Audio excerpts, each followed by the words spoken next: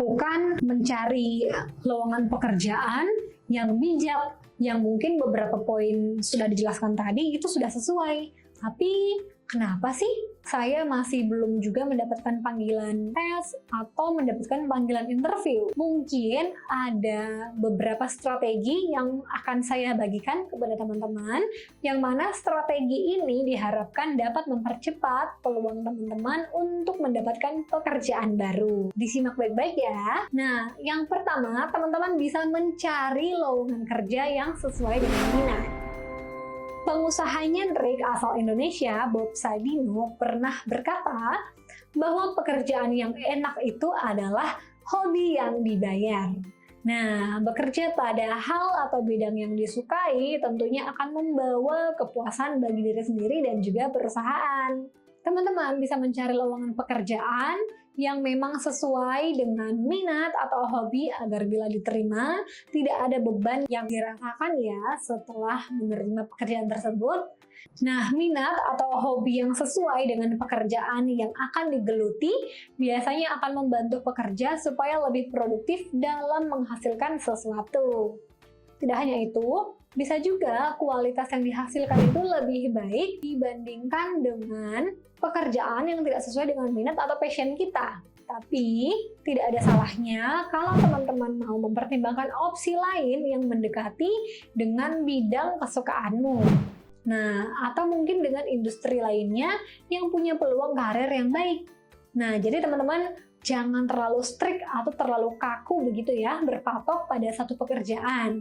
Dengan begitu, akan memperluas peluang dan juga kesempatanmu diterima bekerja. Nah, strategi selanjutnya, teman-teman bisa melatih soft skill.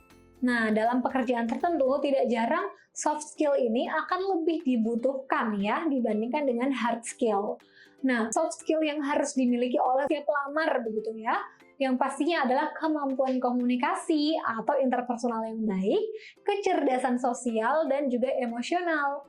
Nah, keterampilan ini pastinya sangat dibutuhkan karena dianggap akan mampu bekerja sama atau bekerja tim sehingga mudah untuk mencapai goal dalam perusahaan. Nah, selanjutnya teman-teman bisa membuat diri teman-teman senyaman mungkin dengan pekerjaan yang teman-teman apply. Hal ini menjadi penting sebab harus ada rasa nyaman ya setelah kita mengirimkan lamaran. Nah, perlu diingat teman-teman juga harus selektif dalam memilih pekerjaan. Teman-teman harus meyakini bahwa perusahaan yang teman-teman pilih itu juga ternyata bisa memberikan keuntungan kok untuk diri teman-teman sendiri. Nah, rasa nyaman dan percaya diri ini juga yang akan memberikan semangat bagi calon pelamar atau teman-teman, sehingga apabila teman-teman diterima kerja, nanti akan berdampak baik saat mulai bekerja. Nah, selanjutnya, teman-teman juga perlu untuk menjaga reputasi baik di media sosial. Ternyata ya teman-teman, di era modern sekarang ini tidak sedikit loh perusahaan yang mempertimbangkan latar belakang calon pelamarnya melalui media sosial. Ternyata para perekrut ini juga diam-diam memantau aktivitas pelamar di dunia maya. Banyak juga nih calon pelamar yang gagal alias tidak diterima kerja karena jejak digitalnya yang mungkin tidak sesuai ya dengan perusahaan. Mungkin entah itu karena postingannya di media sosial atau berafiliasi dengan kelompok tertentu atau hal-hal lain yang dianggap bertentangan dengan perusahaan. Karenanya, teman-teman bisa menggunakan dan memanfaatkan media sosial dengan bijak dan juga positif ya, agar tidak menjadi batu sandungan dalam memulai karir teman-teman. Nah, selanjutnya teman-teman bisa menggali informasi dari orang yang berpengalaman. Maksudnya seperti apa sih?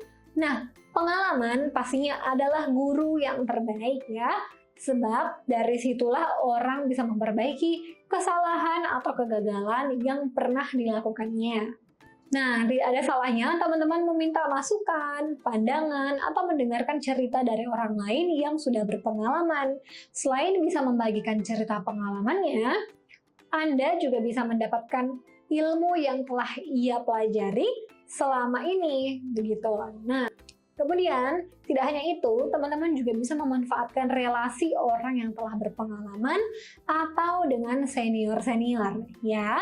Nah, jadi bisa saja pada suatu waktu orang tersebut menjadi atasan Anda, dan karena Anda memiliki kesan yang baik padanya, tidak menutup kemungkinan di kemudian hari Anda diminta untuk bekerja sama dengan dia, atau Anda akan direkomendasikan untuk pekerjaan lainnya. Nah, itu dia tadi kita sudah bahas mengenai bagaimana sih cara untuk melamar pekerjaan secara bijak.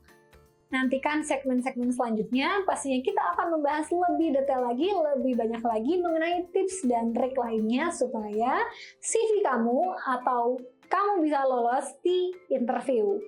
Tetap ikuti segmen-segmen selanjutnya. Sampai jumpa!